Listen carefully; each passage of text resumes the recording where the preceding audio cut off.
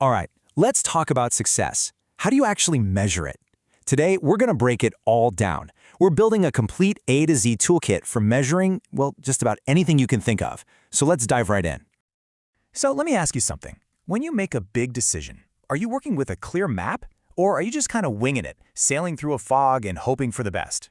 Look, making choices without data is really just guessing. The tools we're about to unpack, these yardsticks, are exactly what you need to cut through that fog. First things first, before you can chart a course to anywhere, you need the right instruments. So let's put together our basic navigator's toolkit. These are the absolute fundamentals you've got to get your head around.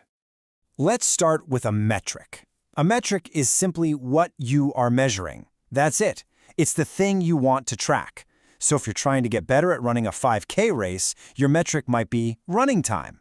Super simple, right? It's the noun of measurement. Okay, but a metric on its own doesn't mean much without a scale, and that's your unit of measure. It's how you're going to quantify that metric. So for our running time metric, the unit of measure would be minutes and seconds.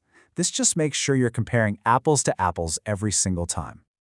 So picture this. You go for a run. You cross the finish line, you hit stop on your watch, and boom, 38 minutes and 15 seconds. That one specific number, that's your data point. It's a single, concrete measurement taken at one moment in time. It's the building block for everything else.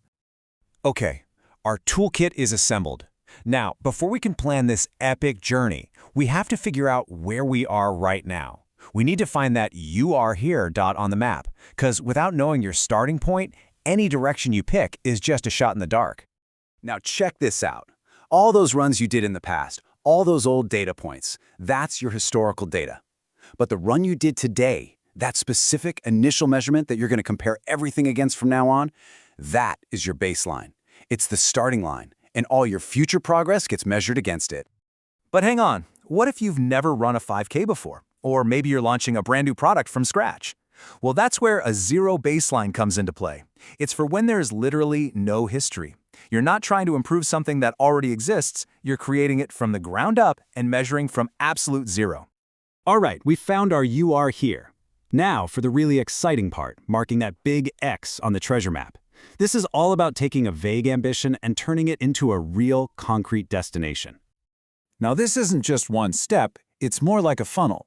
You start with a big, broad goal, like, I want to become a better runner. That's nice, but it's fuzzy. So you narrow that down to a specific objective.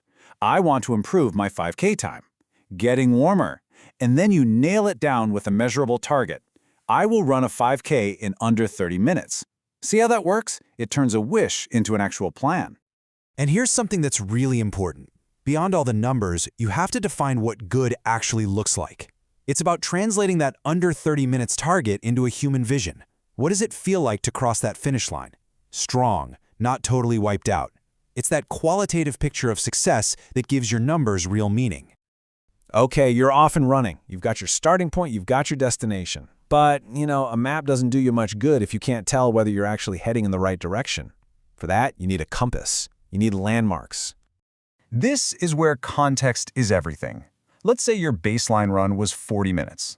Okay, that's a number. But what's the average time for other runners in your local club? Maybe that's 35 minutes.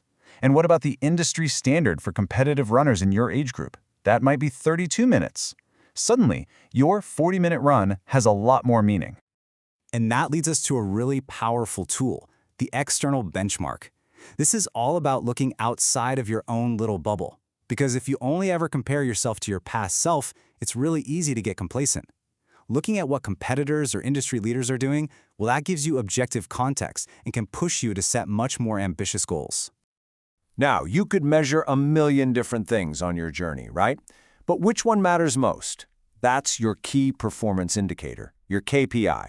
Think of it like the most important dial on your car's dashboard. For our runner, while they might track their heart rate or their weekly mileage, the ultimate KPI is probably that 5K race time. Choosing the right KPI is absolutely critical. It focuses all your energy on the one thing that truly signals progress. So, you did it. You ran the race. Now what? Well, evaluation is where you systematically look back at all your data and appraise the whole journey. Did you hit your target? Why or why not? And that process flows directly from your justification, which is the why behind your whole plan. It's the reason you chose that specific target and those specific KPIs in the first place. So let's just quickly recap our navigator's checklist. First, get your basic tools straight: metric, unit, and data point. Second, know exactly where you're starting from with a solid baseline. Third, set a crystal clear destination with a specific target. And finally, use your compass, your KPIs, and benchmarks to make sure you stay on the right path. And that leaves us with one last really important question. Having all this data, it gives you a map, and these tools we've talked about, they help you read it. But the ultimate challenge isn't just about measurement, it's about meaning. So ask yourself this: are you just collecting data, or are you truly measuring what matters?